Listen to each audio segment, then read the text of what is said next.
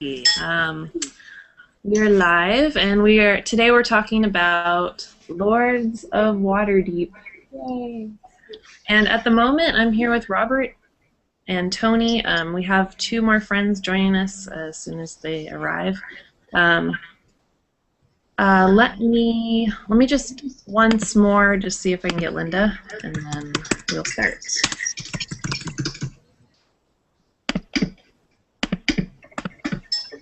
Okay, so hopefully she'll go in there. So I'm gonna start. I wanted to ask the theme of the game first, but I kind of wanted to wait on Tom and Linda. So I will go into what do you think about the layout of the board and its components? Robert. Layout of the wait. How long do you think it'll take for them to get here? Well, Linda said that she's on Google Plus right now, so I don't know what's taking so long. Okay, I think it'd be okay if we just had some small talks. We can do small talk. That's okay. I don't want them to miss some of the good questions. You know. That's why I wanted to skip the whole lore, part of it. Oh. I thought maybe some D&D. Yeah. Anyway. Well, I know the three of us have been playing Lords of Waterdeep probably the most at this point. That's true. I guess it was the three of us who played originally, wasn't it? Yeah.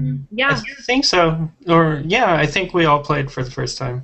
I don't think I had played before that. I had it, but that was during holiday time, and then we just hadn't played it up until that point. But yeah, we've actually played it quite a few times since then, so there is plenty to talk about. You might also check Sonia to see if she's looking at her G Plus page, because I didn't know that anything was happening until I went to my G Plus page. Alright, let me see. Are you on your G Plus? Yeah, there should just be a button to hang out. Yeah, I think in top right-hand corner has a little one number, and you click that and it shows the Google Hangout. Okay. Yeah, I haven't been invited to hang out in a long time because I've been inviting other people, so I'm not exactly sure where. Yeah. But anyways, I guess to kind of start answering your question, the components. That was your question, right? That was my question. The board. Okay. I think the components are great. I really don't think there's anything wrong with them. I think that the little pieces that you put next to the buildings that you build. There's a lot of them, and they're just kind of small, and they're not bad, but I don't know. It's I guess I'm kind of a minimalist when it comes to board games and stuff, and I just like there to be as few components as possible. Or as necessary. And so the game does a good job of not creating ridiculous amounts of components, but it's just one of those things where when you're setting it up, you're getting out all these little pieces, and I figure I'm just going to leave them in the box, which works fine. But I don't know if that answered the question other than that, yes, I like the components.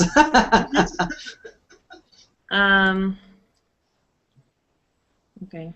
What about you, Tony? What do you think about just the whole board? Also, it's about the layout of the board, too, just kind of how it looks, the aesthetics and everything else. If you're comparing it to games that you've played before, that might be similar to this. Right. Yeah, I guess sort of on the minimalist standpoint, it's pretty good. The flavor of the resources that you get, just the fighters, rogues, and clerics and wizards. It's all just color-based, so it's it's not anything fancy, and you need to get a lot of them. So I think it works out really well aesthetically. I guess it's not super fancy like miniatures or anything like that. But I just think I think you don't want it to be really, because it's a game about sort of resource building, and you're just trading things back and forth. And so yeah, for what it is, it's kind of perfect, you know, in its own way. Yeah, I think it would be kind of cool if the little pieces were actually like, you know, if the purple wizards were actually like little hats, you know, like, you know, the silhouette of a hat, not a full 3D hat, the silhouette of a hat. You know, fighter could be a little shield or a sword. That'd be kind of cool, but you know, I guess when it comes down to it, it is about how much the production cost is for the game, and the reality is, like you said, Tony, it's just a resource. They kind of come and go so often that it's, you know, it'd almost be silly to make them too elaborate because it's just a resource.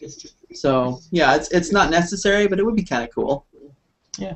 Oh, actually, on the components, I kept thinking, like, does the board need to be that big?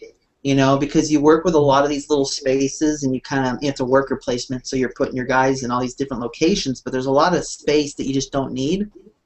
And I guess the board does kind of need to be that big because you have those spots to build buildings, and you have the quest layout, and the intrigue and the intrigue discard and all this stuff. So it works really well, but I keep asking myself that as kind of a game developer myself, like, does the board need to be that big? Do you even really need a board? Could you just have some tiles?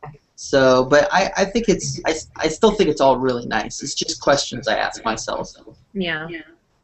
I really like it. I like where everything's placed. I think the only issue that I might have with it, which I don't know if it could really be resolved, is like where you're sitting when you're playing, especially if you have a lot more people. It might be hard to get to a certain spot.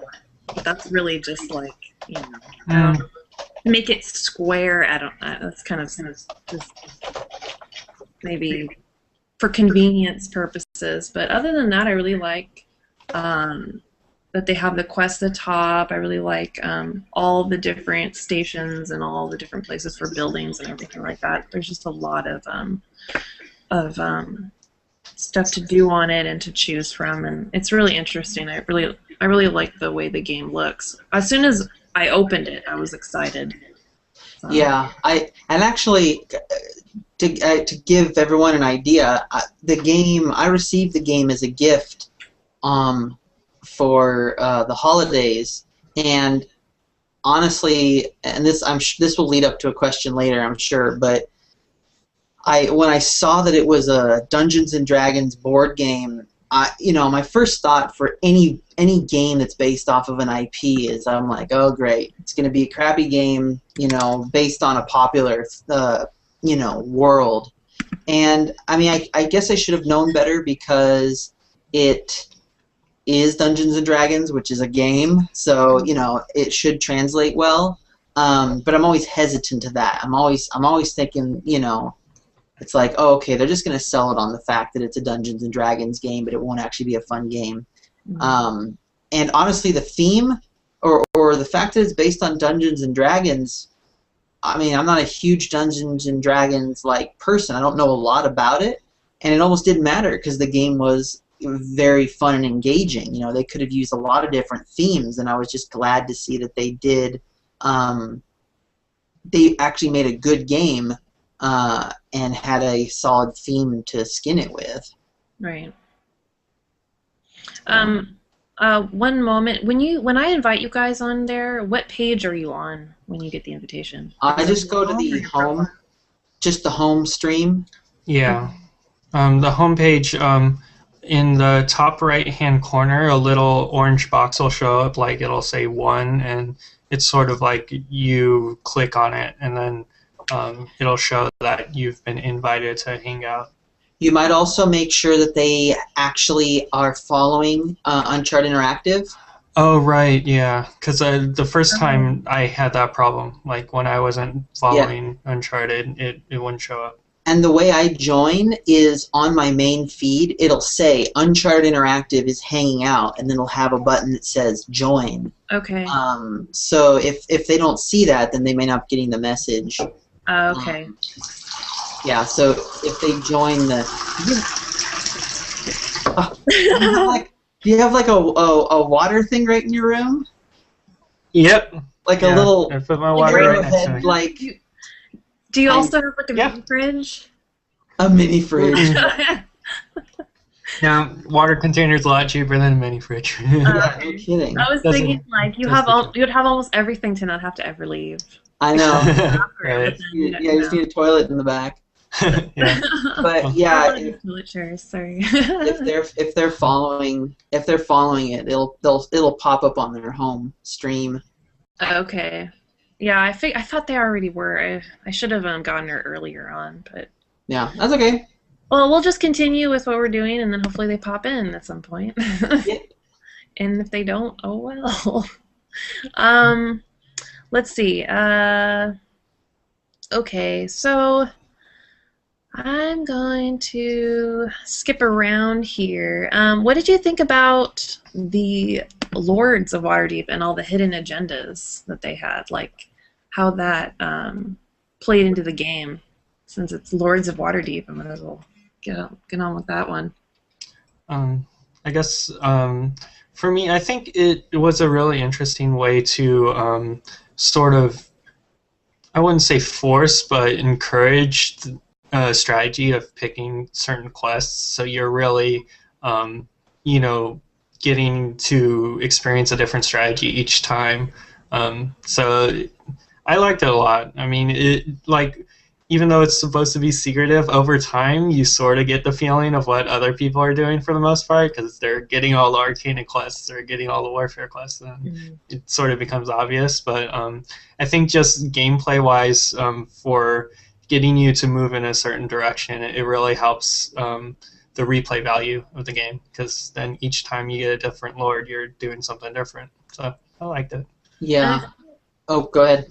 I feel like it kind of adds a little bit more. Like, say you're a little behind and you're not getting enough resources and you're not finishing enough quests. Well, you have to finish quests in order to get the points, but you have the opportunity to get more points at the end. And it's kind of like you don't really know what people are getting, and if they don't catch on to what your quests are, even though it's kind of obvious, you might have that advantage that you're waiting for at the end. And I kind of like that. You could pull ahead without them realizing it, Yeah. I like that aspect of it. Honestly, I felt that that was probably the weakest mechanic in the game. And the reason I say that is I like it. I always love hidden agendas and secret identity stuff in games, because I love the twist. I love that twist.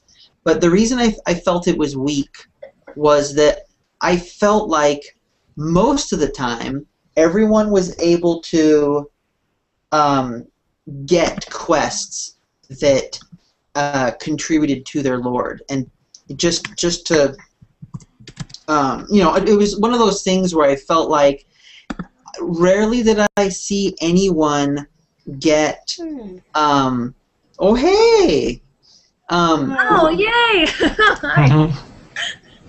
you made it. Can they talk? Can we hear them? Yeah, I can. Can we? Can you hear me now? La la la la la. Yeah. It works. Cool. Welcome. We just started talking about the Lords of Waterdeep and their hidden agendas and all that. Yeah, the actual cards that you get. I'll finish the thoughts. I know I have more questions, but the reason I thought it was kind of a weaker mechanic is I felt like everyone was generally able to get the quests that contributed to their Lord. So at the end, the secret points that you got weren't all that different, and the level of success you had during the game reflected that, because even if you were only able to complete 3 or 4 quests during the game and your opponent was able to complete 6 or 7, even if all my quests contributed to my Lord of Waterdeep special bonus, I didn't feel like I'd be able to catch up to that difference. It almost didn't feel like I could really turn the game around, but that's also because I didn't really see that happen. Well, I feel like it happened with me though, because I I wasn't like super behind. I do agree that you have to kind of be up there a little bit, but it could be you winning or being in second place. Yeah, I guess it could. If you had 1 or 2 quests, it would definitely do it. I didn't encounter in all the games I played, I didn't see anyone win exclusively because of their agenda thing, or any 2 people who were neck and neck, and then the guy was like, "Oh, you did it because of that." So, Yeah. But I did barely yeah. lost. I lost by 1 point because I took the castle instead of an extra dude. So Well, it can make a difference. I lost because I didn't use one of those. Crap, what are they called? Plot Quests? quest. I didn't use one when I should have, and I lost. I would have won if I had used my plot quest effectively. But I kind of feel like D&D. it depends. It's in the nature of D&D to have a very simple mechanic with a lot of either arcane BS if you're looking at it from one perspective, or arcane mechanics thrown in. And by arcane, I mean like very deep and difficult to understand in a sense. And that kind of goes with the theme of what D&D is. So for Lords of Waterdeep, I feel it's kind of appropriate to have a hidden agenda where you get extra secret points at the end, and kind of adds an extra layer of strategy, because it matters what quests are there. If you're noticing one of your opponents tends to take martial quests, and there's a martial quest out that's worth 30 points, I might reset the quest to prevent that from getting out, which I did at one point, and may very well have ensured that I got second place or first place if I were being smart and not taking the castle. But yeah, I think it's just that extra layer of strategy that's kind of appropriate for the level of scheming that Lords of Waterdeep seems to be about. Actually, I think you make a good point. A lot of the games I played, people weren't being very backstabby about that. I think. Oh, really?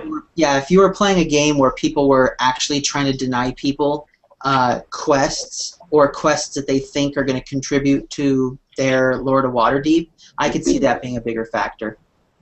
Well, also, I think with Lords of Waterdeep, when you're losing, I mean, with most games it's this way, but I think with Lords of Waterdeep even more so. Once you're in a losing position, you tend to get more backstabby. Yeah. Like, you start to think of ways to bring down the person who's winning, so you can get yourself ahead that way, rather than necessarily thinking ways, okay, how can I do better? But in Lords of Waterdeep, it's like whoever's ahead is just going to get more ahead.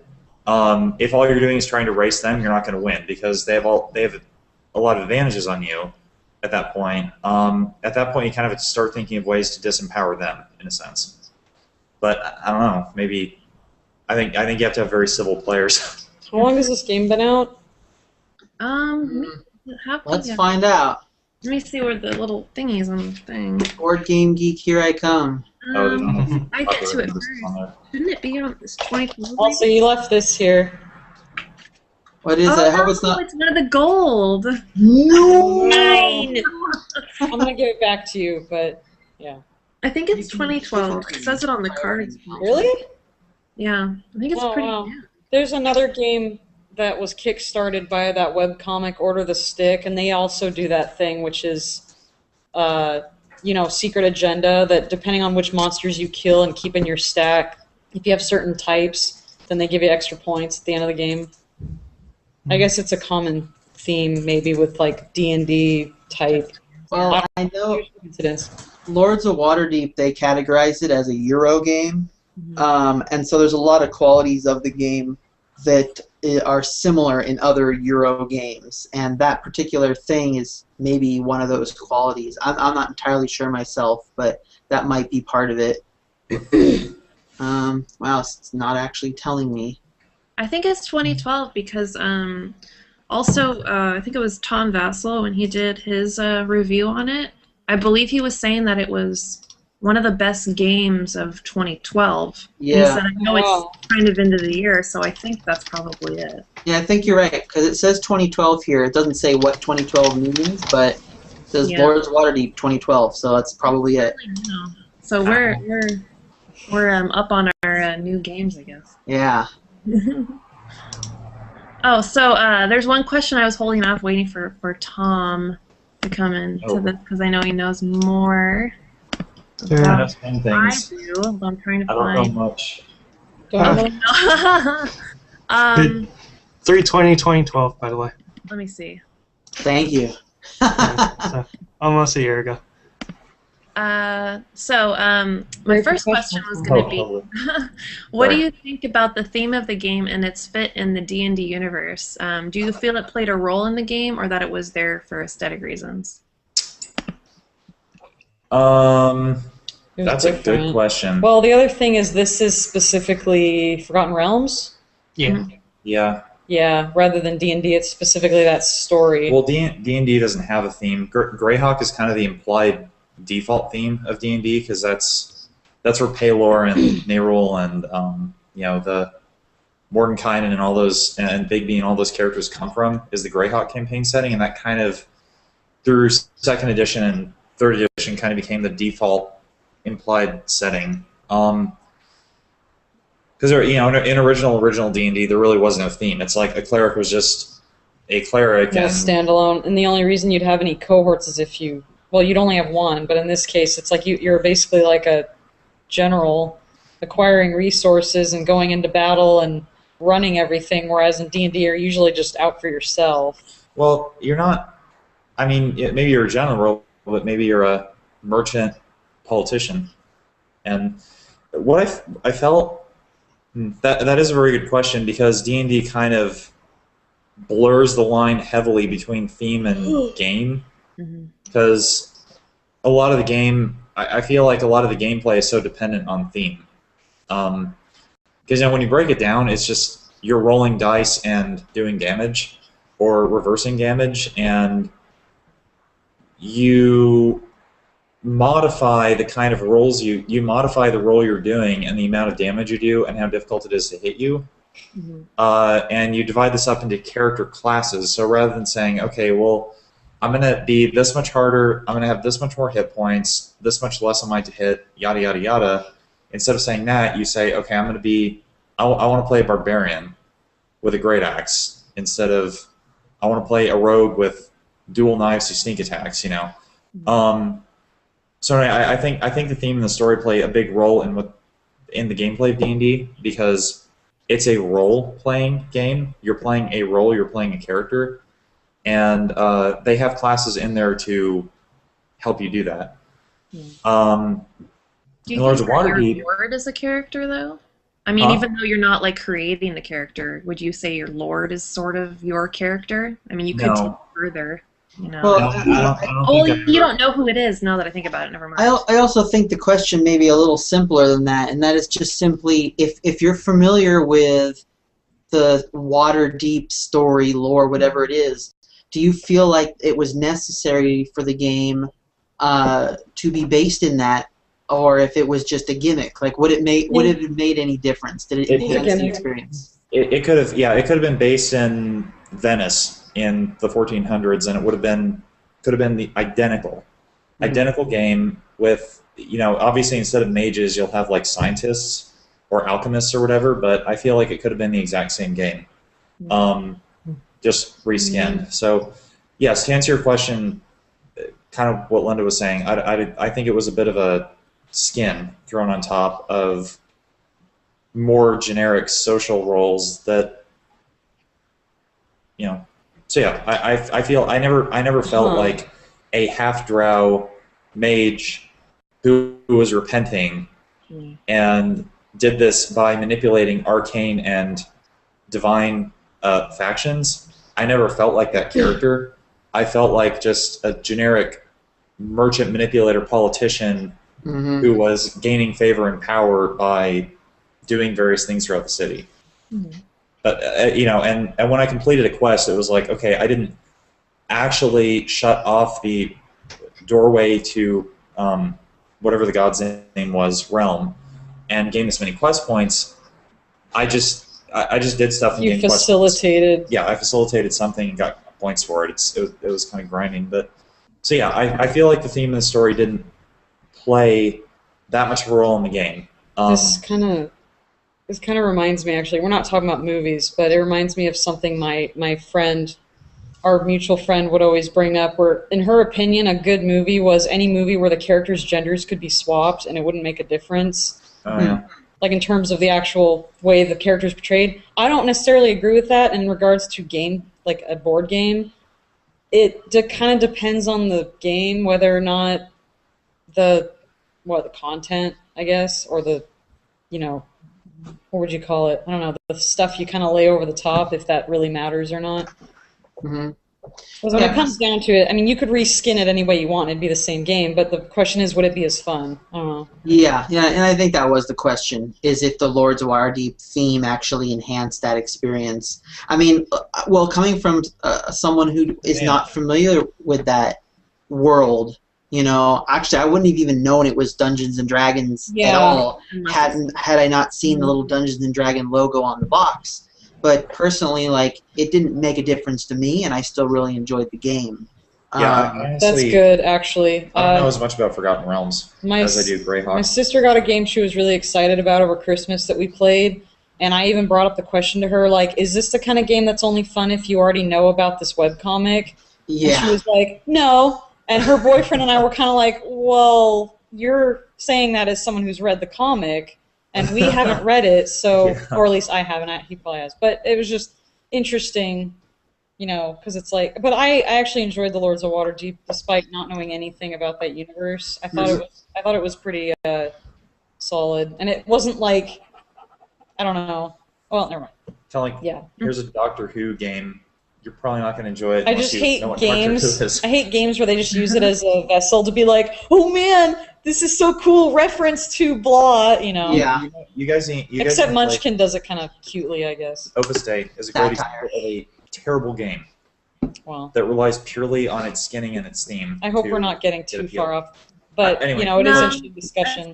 I'm going a little bit far, Yeah, I'm sorry. I'm going a little off track. I'm just making word. I can't think of vocab. Parable, I don't know. Making shit. Oh, it's good. You brought up the point that this game is fun without having to be a fan or have any knowledge of Dungeons & Dragons. You can still enjoy it because as the game itself is fun. Mm-hmm. Right. And I mean, I can say for myself, I guess I'm a little familiar with the Lords of Waterdeep, like, the game theme. Not enough to be like, oh, I know all of the quests and all of the lords and everything, but I knew a few of them and it was kind of like, oh, this is neat. So I can imagine, somebody that really knows the lore and stuff a lot would be like, oh, I get to do this quest and I get to do that. And it might actually be even funner for them. So you get really excited. I think, I mean, I think it would help those guys a lot to enjoy the game more, even though the game's enjoyable as is, Mm-hmm. So, just my. Here's a semi-tangent. Do you feel like putting Dungeons & Dragons skinning on this game was financially smart or financially non-smart? Because by putting that on, you're going to sell the game more easily to your existing fan base, but it may be less accessible to people that don't know D&D.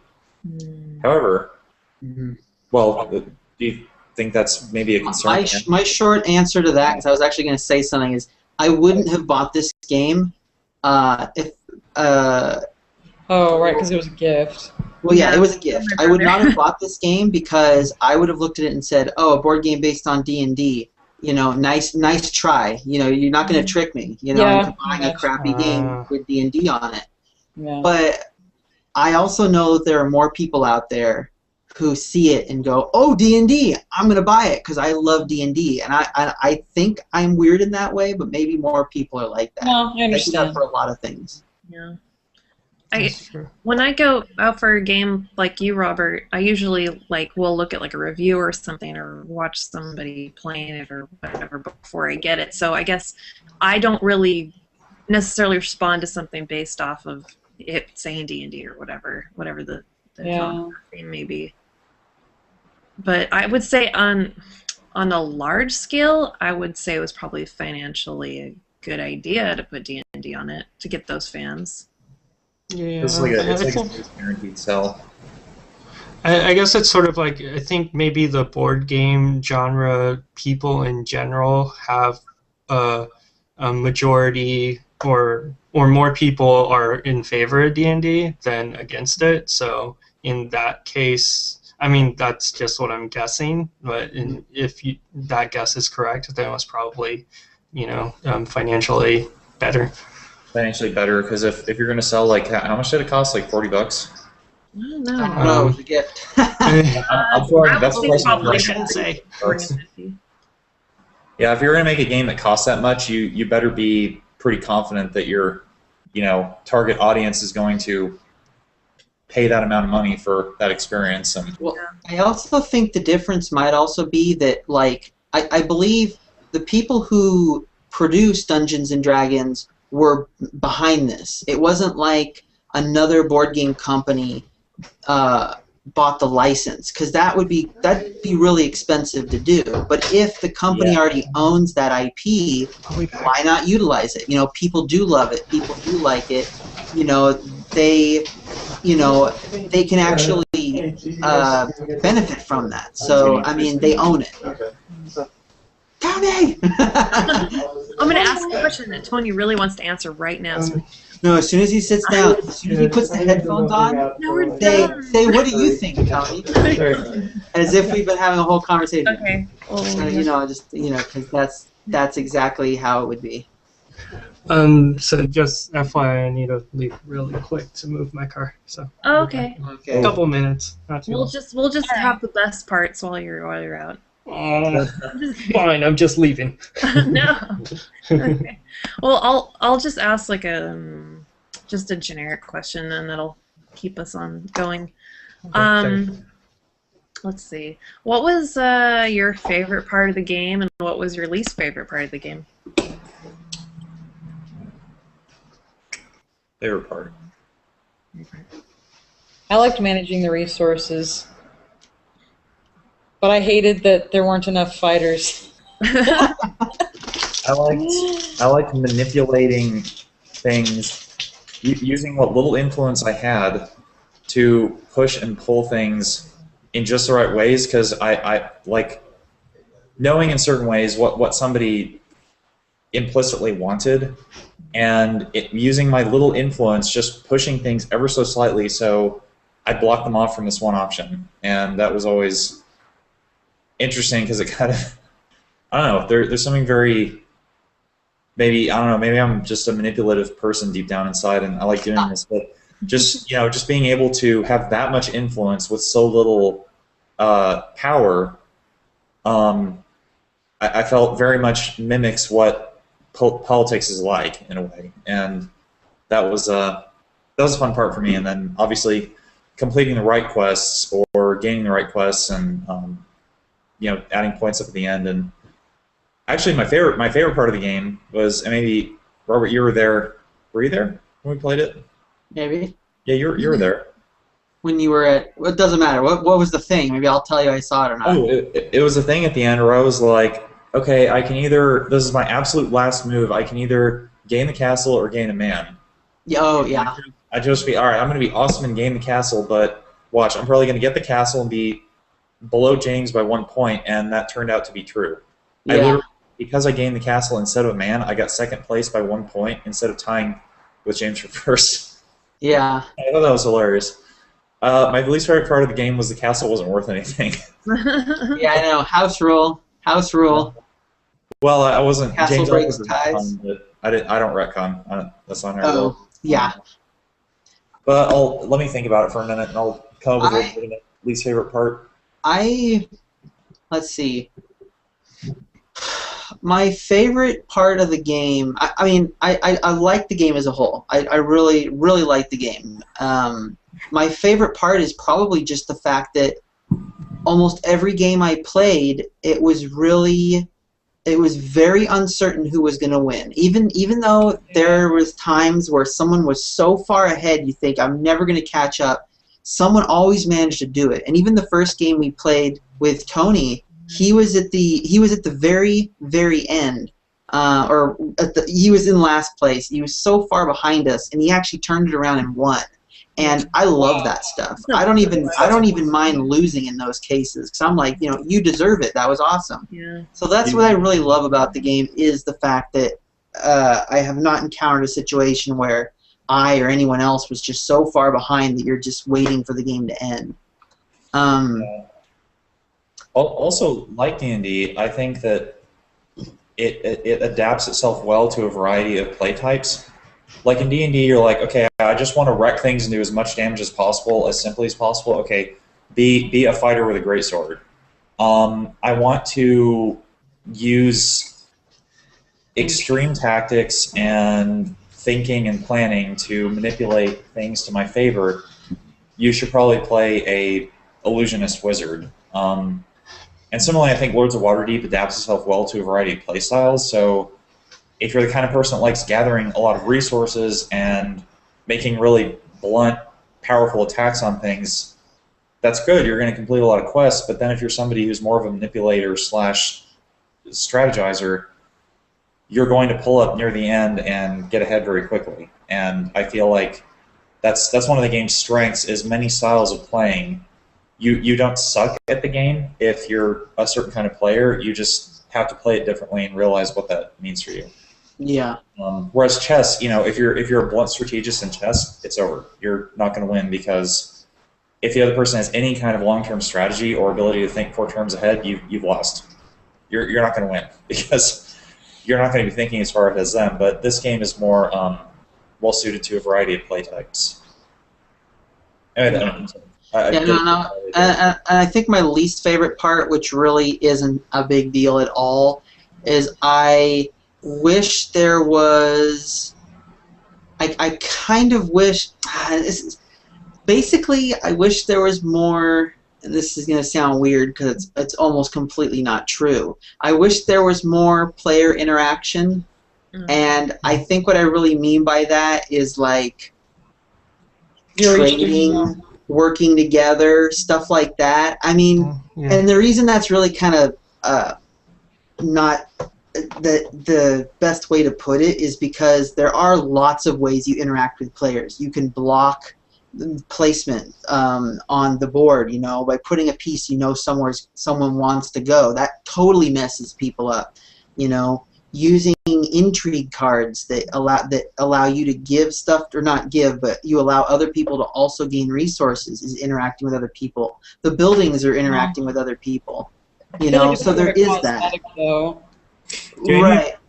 Does anybody feel like this bar of thumbnails should be at the top of the screen so that you're looking more at the camera than at your keyboard? I just sent a text to our friend Sunny who works at Google. Yeah, I was going, you know what, just now, I was like, what would be great? You guys need to move that thing to the top. Because when other people are talking, I can look in the middle. But when I'm talking, I want to look at the people I'm talking, so I end up looking down here. Yeah, I kind of just shift my eyes down, so but you. Yeah. So I'm still staring straight ahead, so I don't look like I'm like, hi everybody. But yeah, I feel like the character interaction is cosmetic because you're really just each doing your own thing, and games like that kind of bug me after a while. Do you feel like Cosmic Encounter, where the whole game is player interaction, like literally? Yeah. It's all player That's why I love that interaction. game so much. Yeah. Yeah, I guess the subsection of it is sort of like direct interaction. Like you indirectly interact with everybody in this game, but you're not directly like doing something to a person like in this game. So I guess that's not present. But honestly, that's a really minor gripe, and it's okay that it's not like that because not every game has to have that. But it is the one thing I kind of wish I had a little more of, But like for example, if when you use the building, it was whatever happened was more of an exchange than just I get the service and then you get something else. If it was an exchange, I think that would be more cool. Because you'd actually be handing something to someone. Like the buildings with the spend 2 and then get something, and then the owner gets 2, so you're actually giving them 2 money. The buildings were actually kind of my favorite part because I felt like it kind of added like this new element every time one came out to the game. And I mean, every time it kind of makes the game a little bit different too, because there are different buildings depending on how they're shuffled. So that's kind of what I liked about it. Plus, you do get that little interaction a little bit where, you know, that other player gets something at the same time, and you're kind of doing something on their turn. But I do agree it would be kind of nice to be able to do more on someone else's turn. Because one of my things was, especially if you don't have the castle and you're last, which always bothers me a little bit having to go last, is you have such a long time to wait before you can actually participate, and that always bugs me a little bit. Yeah. Yeah, the turns could go a little faster sometimes, but that might be a player experience thing. I mean, if you're playing with experienced people who kind of know what they want to do when their turn comes up, but I would get frustrated sometimes because I'd be like, come on, I want my turn. I don't like games like that. And then the turn before your turn, they get the spot that you wanted. You're like, no! And then you have to rethink everything. Yeah, that's true. What's great about the buildings, though, is like sometimes if, you know, there is something, you might have more options, which is good. But if they're all taken, which leads me into my next question about the multiple players, like 3 versus 4 versus 5. What did you think about the change in experience? I only played 3. I played 3 and 4, but I didn't get the 5-player experience. But what did you guys think about the differences?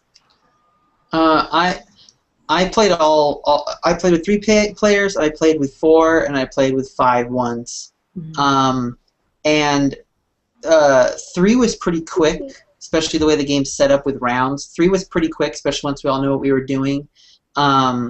But the difference between 3 and 5, 3 and 4 wasn't too much, but 3 and 5 felt vastly different. Just because you only had 2 agents to work with, and because you were so limited, you just, if you miss out on that one spot, it felt like it put you so much further behind than in a 3 or 4-player game. But I kind of liked the fact that it was very different games, you know, like I could get 2 very different experiences. It wasn't just the same game but with more people. It really did feel like a different game, which I liked. Yeah, it seems like a game with less players. Like the difference between the 4 and the 5 game for me, possibly because I haven't had a 3-player game, was quite drastic. Because in the 4-player game, there were simply more resources. Like it was easier to get money, easier to get agents, easier to do whatever you wanted, simply because the chances of all the spots being occupied that give you what you needed being full was much lower. I felt like the 4-player game contributed, like it was more about the rapid acquirement of power than the strategic placement of and acquiring of articles that would give you an advantage later on when space started to get more limited. So I feel like it really changed the atmosphere of the game. It didn't make it necessarily better or worse. It just became a different game in a sense. Yeah. Not super different, but different enough that you kind of need to shift tactics a little bit. In that case. Yeah, you never played the 3-player game, Tom. 3 players, you actually start with 3 agents. So oh my gosh. So it's like the acquirement power, but you're also going to run out of space. Yeah, you do over time, but I mean, with 3 agents to start and then 4 agents at round 5, it's like you complete a lot more quests and stuff. Yeah, it's like a totally different game. Like the castle in 3-player games didn't matter much at all, like too much. In 4 and 5, like especially 5, it was like that was something that mattered a ton. So also like the Waterdeep Harbor, when we were playing with 3 people, it was kind of like you do your other 2 pieces and you're like, well, all right, I'll just do Waterdeep Harbor. You know, I could use, but like when I was playing with 4 and especially 5, and I only had 2 pieces, it was like, other people getting to take a 3rd turn was like huge.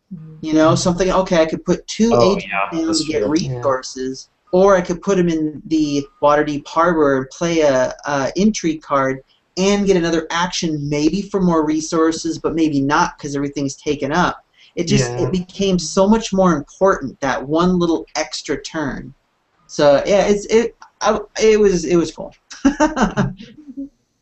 I'll have to play 5 because I know that would change your strategy. I mean, you might even think of using intrigue cards more to get more resources, because I know that some of the intrigue cards have resources that you can get on them. So it might not be so much about getting that one spot on the board. It might be about like, well, if I use this card, I can get this and then do something else. So yeah, it was a lot more cutthroat for sure. And even 4. Cramming more people into one place, it becomes more hectic. Yeah, cards. I was gonna say, I actually, I don't know if this is me or what, but I don't like games that encourage direct detriment to other players. Like, play this card, all other players must choose 3 people from their tavern, which they lose. I don't like cards like that, because there's other ways you can gain that power in theory without screwing other players over. Yeah. And the other reason I say that is it's good from a game perspective, poor from a engendering bad feelings between the people playing the game. Yeah. Well, and I think that there were definitely intrigue cards that harmed other people.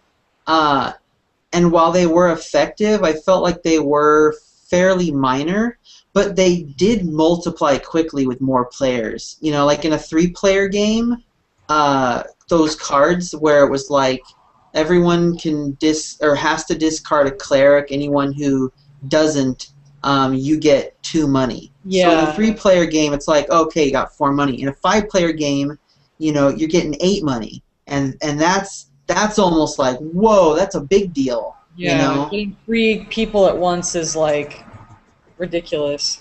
Yeah. So yeah, I mean, do you feel like you kind of get pushed into that sort of strategy then? Did you feel like that was? Well, I guess going back to once again it being a different game, when it's 5 people, it's almost like, it's a bunch of people on a small island all of a sudden. It's easy to coexist, on the same island when it's only a couple people, but now there's a bunch of people, and you start to get a bit dog eat dog and ravenous, and it's like, well, you know what? I don't have enough room. I'm gonna force my way into your space because I need it. I'm getting desperate. So yeah, because I have a plot card that lets me do that. So too bad. Yeah. That's a good plot card, allowing you to occupy the same. In a 5-player game, that's one of the best plot cards you can get. Is the one that lets you occupy a pre-existing space once per turn. That arguably is what actually brought me from last place to second place. Yeah, I think I won the first game partially due to it, and it was only 3 people. Even then, it's like, because you almost completely get to just be like, well, if I need something, I'll get it, and that's it. But you only get to need it once, so if you're too far behind, it's not going to help you. Yeah. It'll help you, but you still need to be smart about when you use that one, that one thing. Yeah. And be careful about, well, I can get 2 thieves, but this other player is going to get a thief or a cleric, and I'm not sure if I want to give them that advantage. So I think I'll just get 1 thief or buy this building. There's a lot of thought that goes into it. Yeah. On that topic, I think the last game I played with Robert and Sonia and I guess Wesley won. He bought 2 of those buildings where you get the person that lands on it gets 3 things, and then he gets to pick like a rogue or cleric. And I think that was a big part of him winning, because with 4 people, somebody was always landing on those every turn.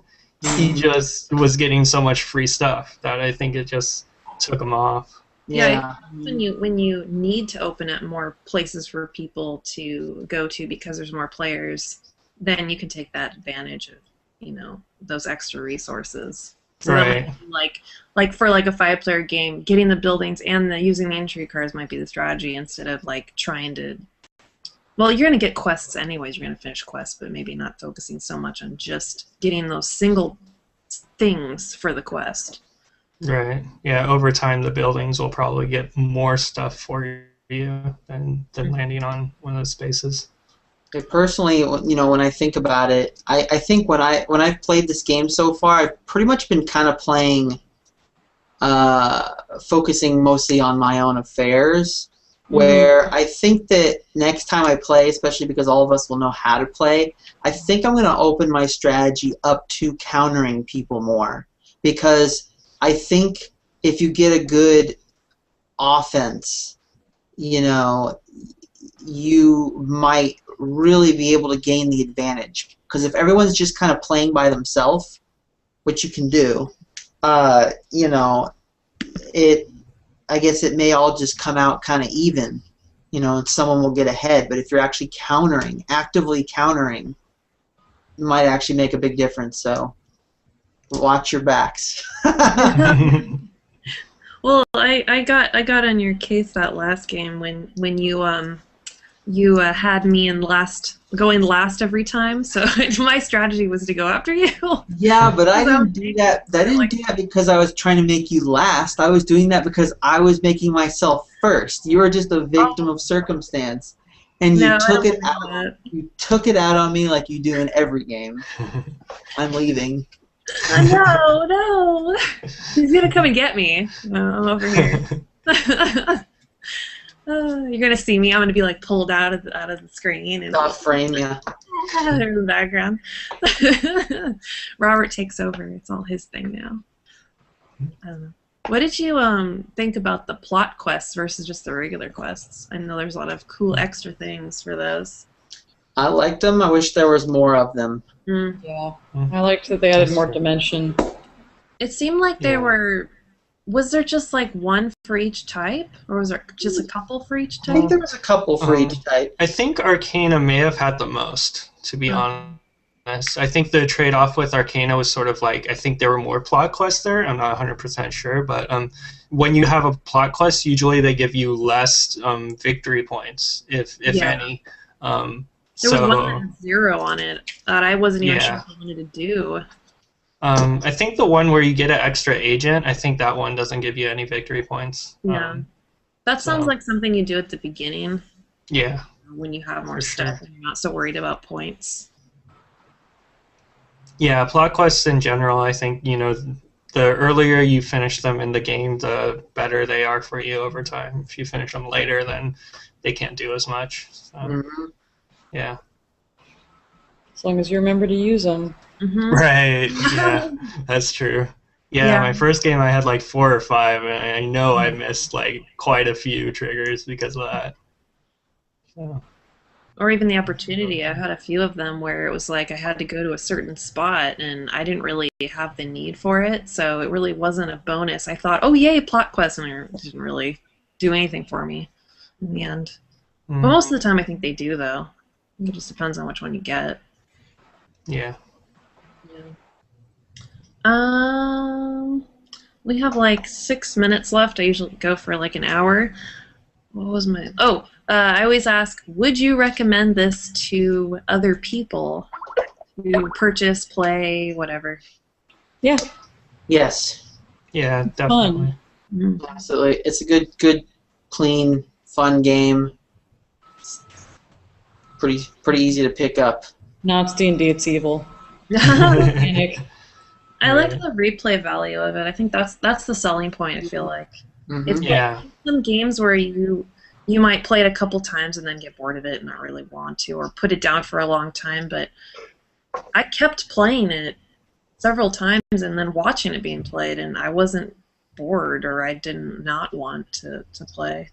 Yeah. I don't get that a lot in games. Sometimes I'm like, I played that a couple times, I don't really feel like it now, I'd rather wait. But this one I feel like had great replay value.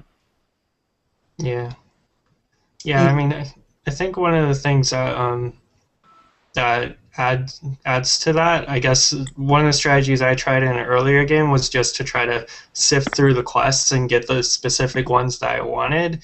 And the thing is that with only 8 rounds, you can't really do that, So so it sort of forces you into playing with some of the stuff that you got